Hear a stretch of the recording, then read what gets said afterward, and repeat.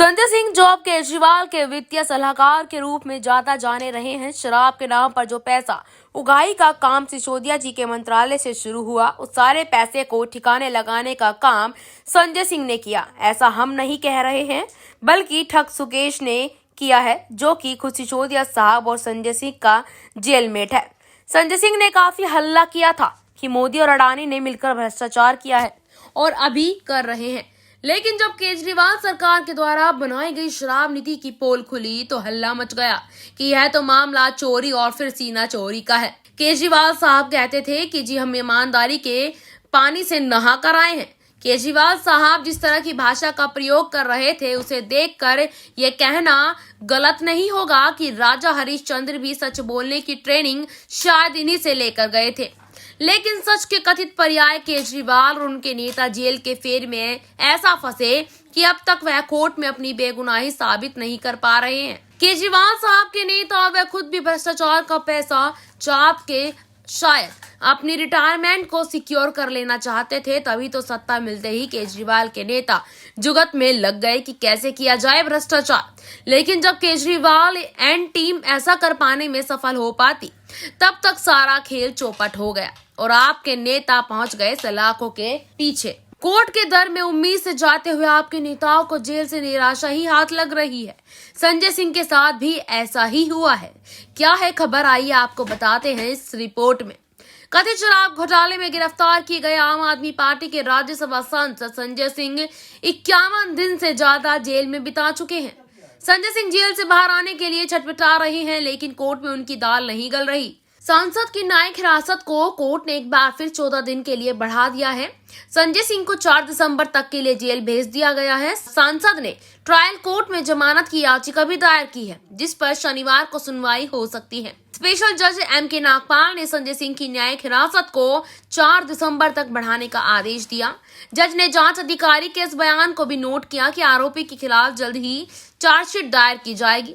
संजय सिंह के वकील मोहम्मद इरशाद ने कहा कि याचिका राउज एवेन्यू कोर्ट की रजिस्ट्री में दायर कर दी गई है। 14 दिन की न्यायिक हिरासत की अवधि खत्म होने पर शुक्रवार को संजय सिंह को राउज एवेन्यू कोर्ट में पेश किया गया। ईडी और संजय सिंह के पक्ष को सुनने के बाद अदालत ने उन्हें जेल भेज दिया। 4 अक्टूबर को दिल्ली में संजय सिंह के सरकारी आवास पर 10 घंटे से अधिक तक छापेमारी और लंबी पूछताछ के बाद ईडी ने उन्हें गिरफ्तार कर लिया था। 8 दिन तक ईडी कस्टडी में पूछताछ के बाद उन्हें तिहाड़ जेल भेज दिया गया था। ईडी का आरोप है कि संजय आबकारी नीति को बनाने में उनकी भी अहम भूमिका थी और वह रिश्वत के लेन देन से जुड़े हुए थे। संजय सिंह के नेताओं की हालत ऐसी हो गई है कि वे ना घर के रहे ना घाट के। केजरीवाल जब सत्ता में आए थे तो वह कहते थे कि हमें सत्ता का कोई मोह नहीं है, हम सत्ता के लिए देश की राजनीति को बदलने के लिए आए हैं।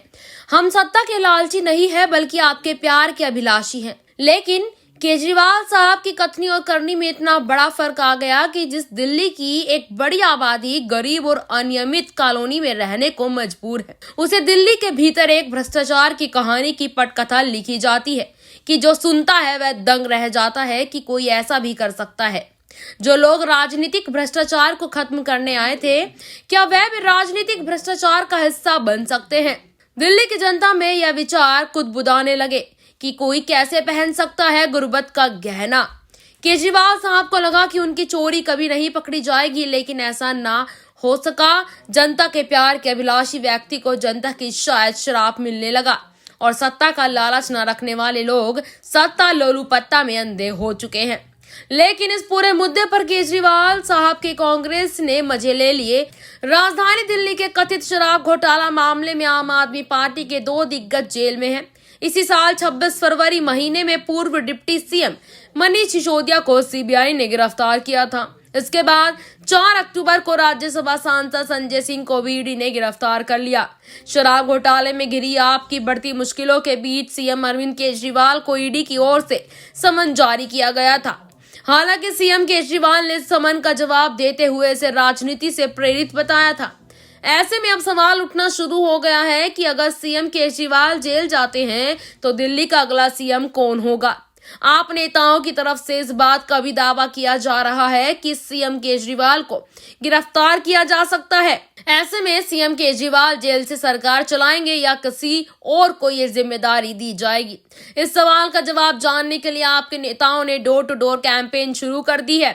आप द्वारा डोर टू डोर कैंपेन की शुरुआत की गई, जिसमें आप कार्यकर्ता लोगों के घर जाकर अरविंद केजरीवाल के इस्तीफे को लेकर सवाल करेंगे। इस दौरान कार्यकर्ता पूरी दिल्ली में घूमकर लोगों से फॉर्म भरवाएंगे। आपके कैंपेन की शुरुआत के साथ ही कांग्रेस ने आप पर हमला बोला है। कांग्रेस नेता ने कहा है कि अगर आपको अपने विधायकों पर भरोसा है तो जेल से आने के बाद भी आप मुख्यमंत्री बन सकते हैं।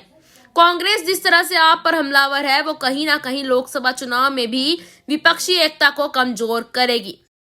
देश के भीतर कई लोग ऐसे हैं जो सिर्फ एजेंडा चलाने का काम करते हैं। अडानी समूह को बदनाम करने की हर संभव कोशिश की गई है। अडानी समूह जो देश के हजारों लोगों को रोजगार देते हैं, उनको बदनाम करने की हर संभव कोशिश की जा रही है। हर दल अडानी के बहाने पीएम मोदी को घेरने में लगा है। ममता से लेकर राहुल गांधी तक सब अडानी के पीछे खड़े हैं। राहुल गांधी अडानी को जेब कतरा कहते हैं तो ममता बनर्जी गुस्से में अडानी समूह को दिया ठेका रद्द कर दिया, जिसके बाद राजनीतिक बवाल और अधिक मच गया कि गिफ्ट लेकर सवाल पूछती ममता की महुआ। शायद ममता को इस बात की चिढ़ मच गई कि उन्होंने अडानी समूह को झटका दे दिया है, लेकिन सुप्रीम कोर्ट ने सारे विरोधी और प्रोपेगेंडाधारी लोगों को तगड़ा झटका दे दिया है। अडानी समूह की कंपनियों पर हिंडनबर्ग की रिपोर्ट से जुड़े मामले में सुप्रीम कोर्ट में सुनवाई पूरी हो चुकी है। सर्वोच्च अदालत ने फैसला सुरक्षित रख लिया है। इस दौरान वरिष्ठ वकील प्रशांत भूषण को सुप्रीम कोर्ट ने खूब सुनाया। कमेटी की नियुक्ति से लेकर फिर डीआरआई की रिपोर्ट पर पूरा फैक्ट नहीं देने के लिए कोर्ट ने वरिष्ठ वकील को खूब सुनाया। आपको बता दें कि इस पूरे मामले की जांच सेबी कर चुकी है। इसके बावजूद प्रशांत भूषण ने कोर्ट से कहा था कि डीआरआई के अलर्ट करने के बावजूद कोई कार्रवाई नहीं हुई। वरिष्ठ वकील के आरोप पर जज नाराज हो गए। सुप्रीम कोर्ट में प्रशांत भूषण ने जनवरी 2014 में डीआरआई के द्वारा सेबी को लिखे एक पत्र का हवाला देते हुए आरोप लगाया कि कोई कार्रवाई नहीं की गई। सॉलिसिटर जनरल तुषार मेहता ने उनके आरोपों का तथ्यों के साथ जवाब दिया, जिससे बेंच में संतुष्टि दिखी। तुषार मेहता ने कहा कि डीआरआई ने 2013 में अडानी समूह के खिलाफ कुछ जांच शुरू की थी और सेबी को इसके बारे में सूचित किया था, लेकिन यह कहना गलत है कि वह इस मामले पर चुप्पी साधे रहा। उन्होंने कोर्ट को बताया कि सेबी ने डीआरआई के अलर्ट पर जांच की थी। 2017 में आरोप में कोई तथ्य नहीं मिलने के बाद जांच बंद कर दी गई। ट्रिब्यूनल ने भी आरोपों को खारिज कर दिया था, जिसमें सुप्रीम कोर्ट ने भी बरकरार रखा था। डीवाई चंद्रचूड़ की अगुवाई वाली 3 जजों की बेंच ने प्रशांत भूषण से कहा था कि आपने डीआरआई से एक पत्र उठाया, क्या यह सही है कि डीआरआई की जांच समाप्त हो गई है और CEST में एक न्यायिक निकाय ने इस मामले पर फैसला सुनाया है, जिसे सुप्रीम कोर्ट ने बरकरार रखा है। इसीलिए पैसे की हेराफेरी और शेयर बाजार में हेरफेर करने में इसके इस्तेमाल के बारे में आपका पूरा आरोप सच नहीं है। भूषण ने नम्रता से कहा कि यह सच है। इतना सुनता ही तुषार मेहता ने तल्ख लहजे में कहा कि वरिष्ठ वकील ने सुप्रीम कोर्ट से इस जानकारी को छुपाया है। सप्ताह के आखिरी कारोबारी दिन शुक्रवार को सुप्रीम कोर्ट की सुनवाई के बीच गोदाम अडानी समूह की कंपनियों के शेयरों में तेजी आई। इस वजह से अडानी समूह मार्केट कैपिटल लगभग 15,000 करोड़ रुपए बढ़ गए। बता दें कि सुप्रीम कोर्ट ने अडानी समूह के खिलाफ धोखाधड़ी के आरोपों की जांच अनुरोध वाली याचिकाओं पर सुनवाई की और अपना फैसला सुरक्षित रख लिया है। बता दें कि सुप्रीम कोर्ट ने कहा कि हिंडनबर्ग रिपोर्ट में अडानी समूह के खिलाफ लगे आरोपों की जांच करने वाले बाजार नियामक सेबी पर संदेह करने की कोई वजह नहीं है। कोर्ट ने कहा कि बाजार नियामक की जांच के बारे में भरोसा नहीं करने के लायक कोई भी तथ्य उसके समक्ष नहीं है। इसके साथ ही शीर्ष अदालत ने कहा कि वह हिंडनबर्ग रिपोर्ट में किए गए दावों को पूरी तरह तथ्यों पर आधारित नहीं मानकर चल रहा है। गांधी परिवार के युवराज और कांग्रेस नेता राहुल गांधी ने फिर से अपने अपरिपक्व, अधीर और व्याकुलता भरे आचरण का नमूना पेश कर दिया है, जिसके बाद कांग्रेस फिर से फंस गई है। कांग्रेस के नेता जानते हैं कि जो काम राहुल गांधी ने किया है वह कहीं ना कहीं कांग्रेस को ही राजनीतिक डेंट देगा। लेकिन स्वामी के आगे विवश कांग्रेस नेता विद्रोह की आवाज उठाए तो उठाए कैसे, क्योंकि उन्हें पता है कि अगर गलती से राहुल गांधी के खिलाफ पार्टी में कुछ बोल दिया तो या तो वह अपनी ही पार्टी में किनारे कर दिए जाएंगे या फिर इतना परेशान उनको कर दिया जाएगा कि वह खुद ही पार्टी को छोड़कर चले जाए। कांग्रेस के नेता को पता है कि राहुल का पनौती और जेब कतरा वाला बयान बीजेपी को फायदा और कांग्रेस को नुकसान होने वाला है। 2014 में चाय वाला, 2019 में चौकीदार चोर है वाले बयान से भी कांग्रेस ने सीख नहीं ली और वह इसका नुकसान भुगत भी रही है। चुनाव आयोग ने कांग्रेस सांसद राहुल गांधी को प्रधानमंत्री मोदी पर दिए गए विवादित बयान के मामले में कारण बताओ नोटिस जारी किया। चुनाव आयोग का यह नोटिस राहुल के पनौती और जेब कतरा वाले बयान के बाद आया है। चुनाव आयोग के नोटिस में राहुल से उनके 14 करोड़ की कर्जा माफी वाले बयान को लेकर भी जवाब मांगा गया है।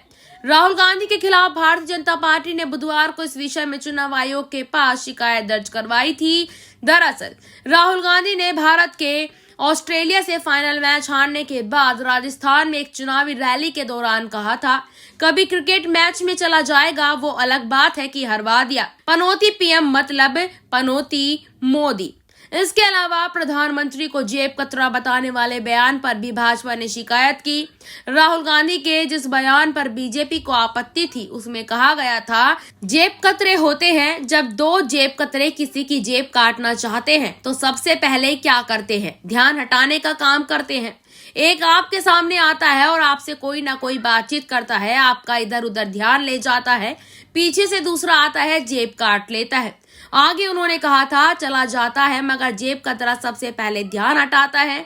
भाई और बहनों, नरेंद्र मोदी जी का काम आपके ध्यान को इधर उधर करने का है और का काम आपके जेब काटने का है। दोनों आते हैं, एक टीवी पर आता है, आपसे कहेगा हिंदू मुस्लिम। राहुल गांधी ने ये सारे बयान राजस्थान के बाड़मेर में 22 नवंबर 2023 को आयोजित एक विधानसभा चुनाव की रैली में दिए थे। उन्होंने प्रधानमंत्री पर कुछ उद्योगपतियों का कर्जा माफ करने का आरोप भी लगाया था।